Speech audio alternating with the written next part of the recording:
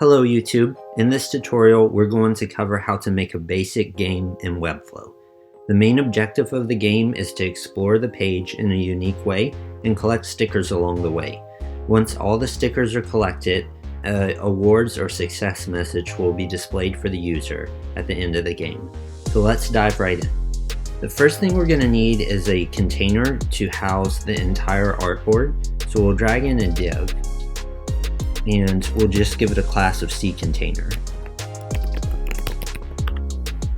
Now this div needs to have a width of 100 viewport width, so 100% of the width of the screen, and then 100 viewport height, or VH, 100% of the height of the screen. And for now, we'll just set the overflow to scroll, but we'll change this later. That way we can scroll any content inside. Now we'll need another div that we'll place inside of the cContainer, and this div will be called cBackground. This div will need to have a width of 400 viewport width and a height of 400 VH, viewport height. And then we'll set a background image for this div. You can use any image that you like. You can use a map or whatever you would want the background to be that the user explores. I've created this SVG of a grid that I'll use, and I'll set the width of this to 25 viewport width, just to keep everything scalable, and I'll let it tile. So we can already see that the cBackground is much wider than the cContainer, and it's causing us to have a scroll bar inside of the cContainer, which is exactly what we want. So now what I'll do is actually duplicate the background, and now we should have two cBackgrounds, one stacked on top of the other. And I'll duplicate the class of this cBackground, and we'll name it cStickers. This is going to be a separate module that houses all our stickers.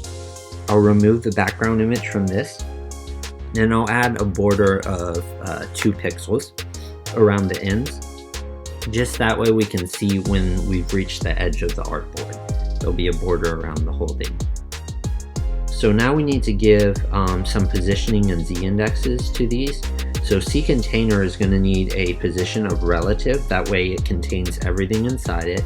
And then cBackground and cStickers will need positions of absolute, anchored to the top left of the cContainer. We'll do the same for cStickers. Now cBackground is obviously going to be behind, so we'll give it a z-index of 20. But we'll want cStickers to be on top. We'll give it a z-index of 40. Next, we're going to actually center the divs inside. So right now, cContainer is taking up the entire height and width of our screen.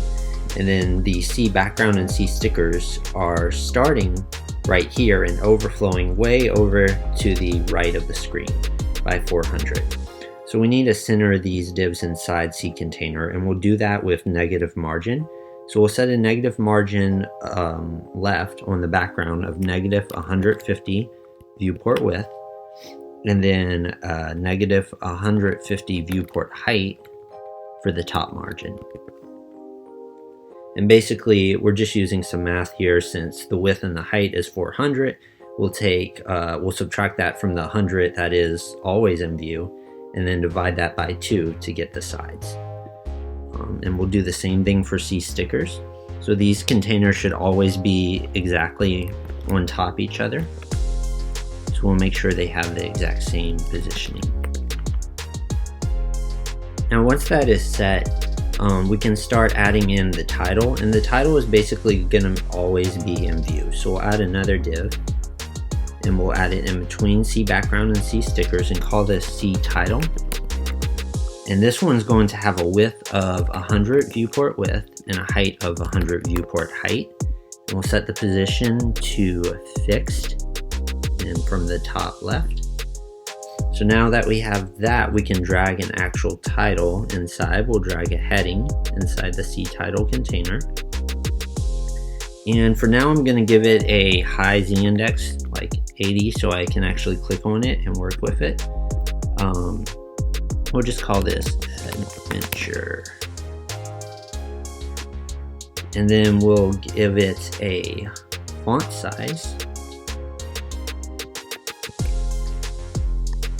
viewport width based font size, something like that. And then we'll set the C title to a flex box of horizontal center, left and right, to just center the title within the container. Next, we want the background to be behind, the C title to be on top of the background, and the C stickers container to be on top of the title. So this one has a Z index of 20, this one should have a Z index of 30, and then C stickers has the Z index of 40, so it is on top of adventure. Next, we just need to start placing some stickers inside of our C stickers container. So I'll go to my images panel and grab a sticker, place it inside of C stickers, and then give it maybe a width, a viewport width based. We'll rename this C sticker, and maybe give it a margin for now so we can see it.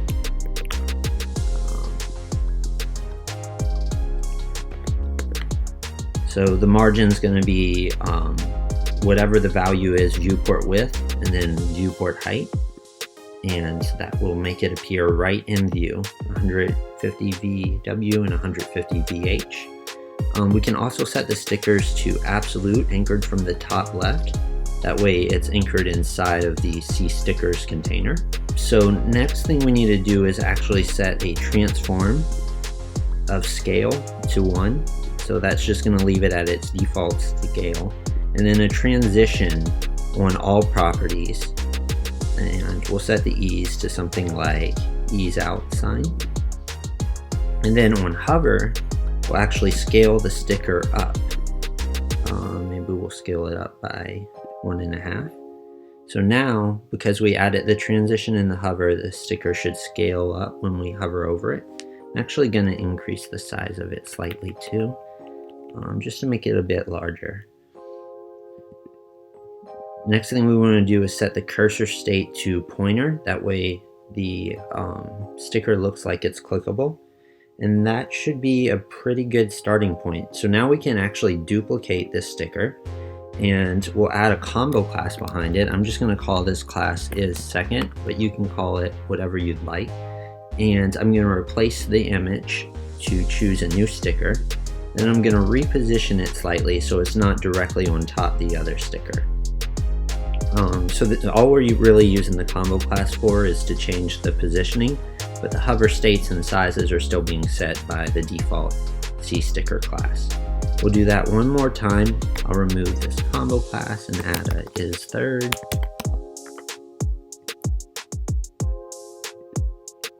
And change this image. And that should be good for now. So you can position the stickers however you'd like along the artboard. You can also add images or whatever else throughout the artboard. So I'll drop in an image right now. And maybe we'll set this to a transform and just kind of rotate it so it's not like perfectly aligned on the artboard. The C stickers, I'll probably give a slightly higher Z index to, that way they stack on top of the image. So maybe like 50 for the stickers. And then we'll just kind of move it out the way.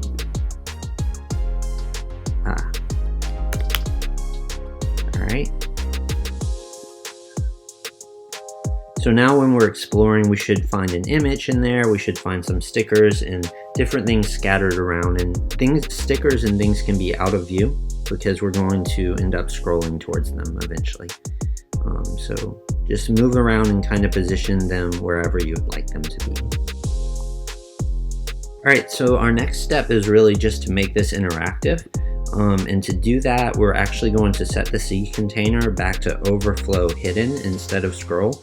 So now all the excess is being cut off and we can't scroll from side to side. And we'll actually make this whole artboard movable on mouse interaction.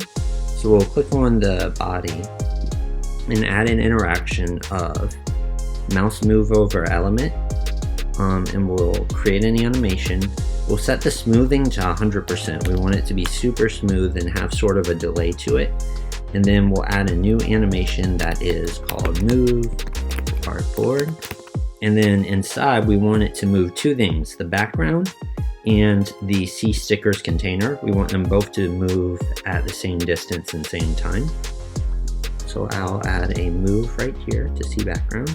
We'll start off with maybe 180 viewport width. And we can see that's moving the background to right about there. And then maybe by the end of the animation, we'll have negative 180 viewport width. And that looks good there. So we'll do the same for C stickers.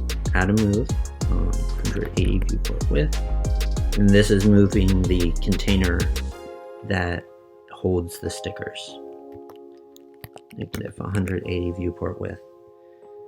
So now our background and our stickers should move at the same speed, following the mouse movement from left to right. And actually, we probably want the stop point to be a little bit sooner than when we're at 100% distance of the screen. So we'll move these two to 90% on the timeline, and the first two to 10% on the timeline, just to leave us a 10% gap on each edge, and that should do fine. And then next we just need to set the height to do the same thing. We'll select the background, 150 VH this time, negative 150 VH. And actually I'm going to set it a little higher, and then 180. And then we'll just do the same thing with the C stickers. Add a move, so they'll both be 180 VH. And then this one will be negative.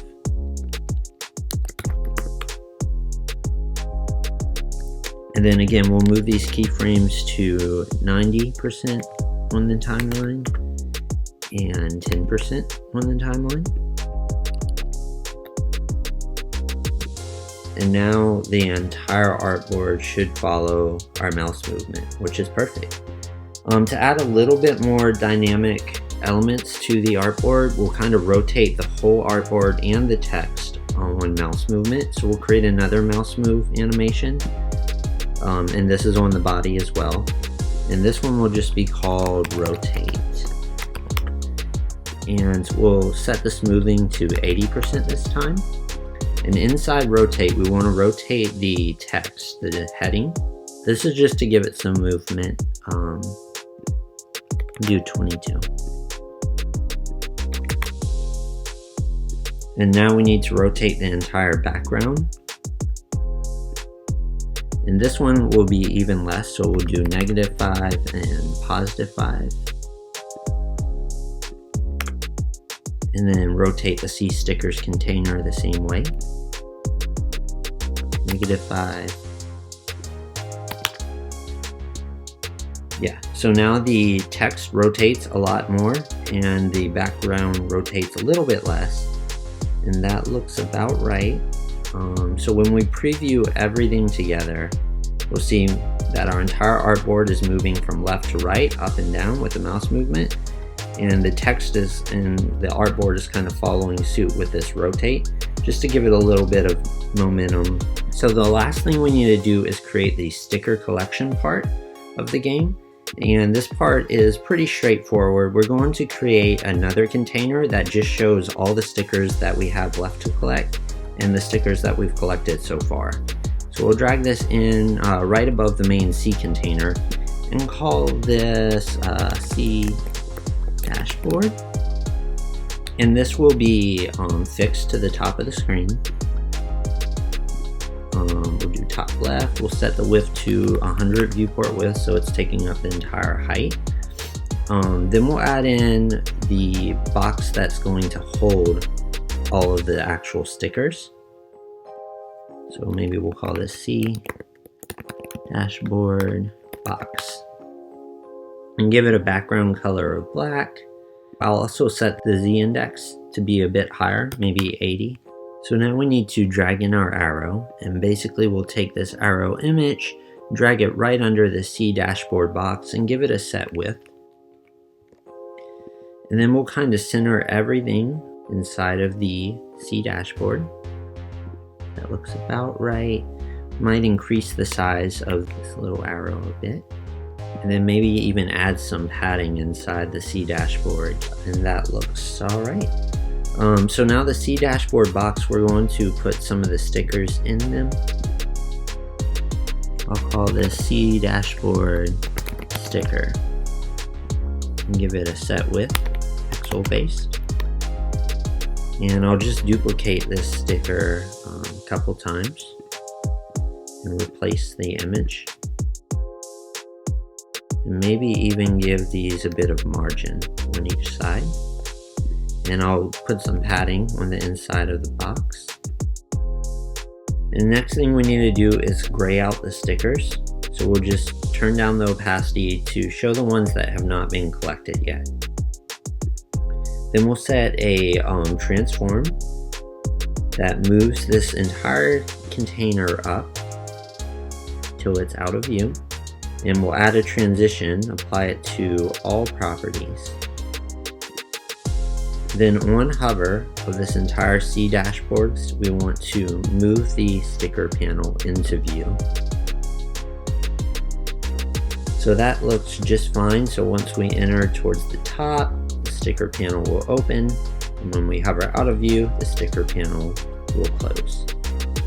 So now we need to actually build the part where the stickers are being collected. So we can click on any sticker and we'll add an interaction. Basically on tap of a sticker, we want something to happen. So this interaction we'll call sticker 1. We'll set the size to 0 pixels. And inside of this panel, we'll grab this sticker here and set the opacity, instead of the class, we'll say of the selected element, to 100%. And we'll also kind of open this panel in the meantime, just so you can see that you actually collected a sticker. So to do that, we'll select an entire C dashboard, move it out, set it to 0 pixels. And at the end, we'll just move it back down. We could probably delay the opacity change by a bit. And then delay the close by a few seconds as well. So now when we click on a sticker, yep, that looks all right. Okay, so the next thing we need to do is actually duplicate this animation for each sticker on our artboard. So for the Posi Vibe sticker, we'll create a new on-click animation, and we'll duplicate the sticker 1 animation for sticker 2. This time this is the interaction, and we need to change the opacity to be a different element.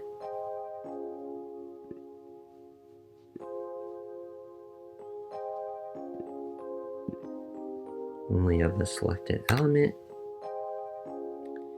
And that should be good there. And then we just need to do that one more time for the final sticker.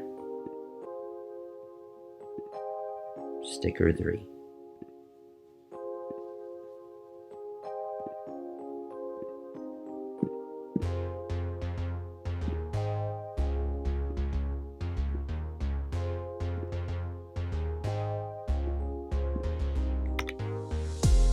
So the final piece to this entire animation is a bit of custom code that's going to display a success message.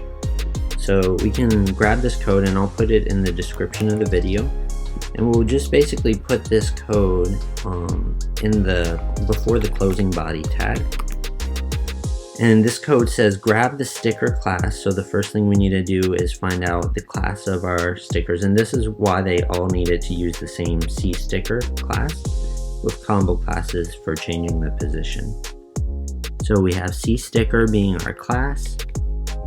On click, we need to count how many stickers there are. So you can change this number based on however many clickable elements you have. But in this case, I will put 3.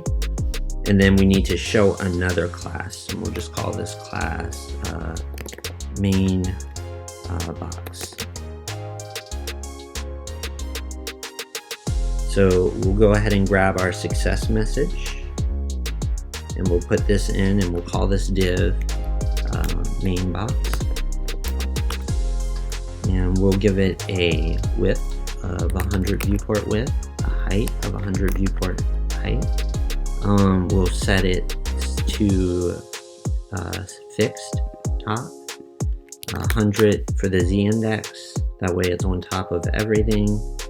We could give it a background image if we'd like, and then we just need to add some text inside. I'm going to add another div inside main box just to be a container that is 100% width, 100% height, and the flexbox center, just to center an inside main box, and the main box will be set to display hidden. So now we have to publish the site to test it out and see how this works. So basically, when we open the site up, we should be able to collect all 3 stickers.